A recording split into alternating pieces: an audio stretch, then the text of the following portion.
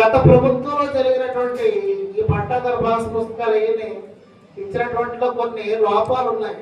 ఆ లోపాలన్నింటినీ సవరిస్తూ కొన్ని మార్గదర్శకాలు విడుదల చేసి కొంత మార్పులు చేర్పుతుంటే కొత్తగా పట్టాదారు పాస్ పుస్తకాలు మంజూరు చేయడం జరిగింది.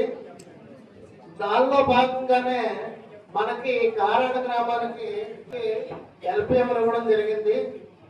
అందులో 821 మంది పట్టాదారు పాస్ పుస్తకాలను మనం ప్రస్తుతం సిద్ధం చేసుకోవడం జరుగుతుంది. అందులోని మీకు ఇంకోటి నేను చెప్పదలిచాను, కొన్ని డెత్ కేసెస్ ఉంటాయి. ఆ డెత్ కేసెస్ కొన్ని ఉంటాయి, వాటికి డెత్ కేసెస్ ఇప్పుడేమో వాటికి మీరు అందరూ కూడా కొటేషన్ అప్లై చేసుకోవాలని చెప్పేసి మిమ్మల్ని కోరుతున్నాను. ఈ పట్టాదారు పాస్ బుక్స్ ప్రింట్ అయిపోయిన తర్వాత కూడా ప్రజెంట్ ఉన్న వాటిలో కూడా కొన్ని డెత్ కేసెస్ ఉంటాయి. వాటికి కూడా ఇప్పుడు మేము పట్టాదారు పాస్ పుస్తకాలు ఇవ్వడం జరగదు. మిగతా వాళ్ళకి మాత్రం ఈ క్లియర్ కట్ గా ఉన్నటువంటి కేసెస్ కి మేము పట్టాదారు పాస్ బుక్స్ ఇస్తాం.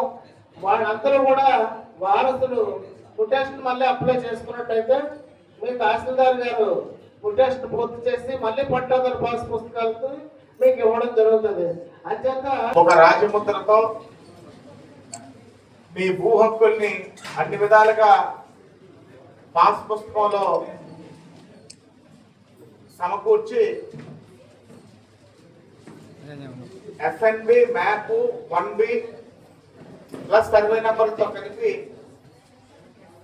ఈ పుస్తకంలో ఈ పాస్ పుస్తక రూపంలో ప్రచురింప చేసి పంపిణీ కార్యక్రమం ఇవాళ రాష్ట్ర ప్రభుత్వం అతి ప్రతిష్టాత్మకంగా మొదలుపెట్టింది.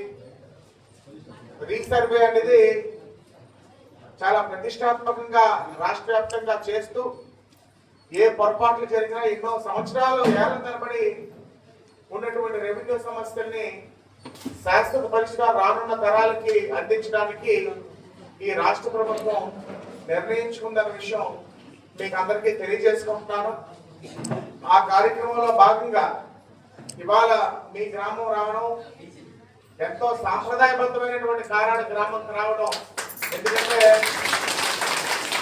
మీకు అందరికీ తెలుసు వ్యవసాయం అంటే నాకు ప్రాణం అని.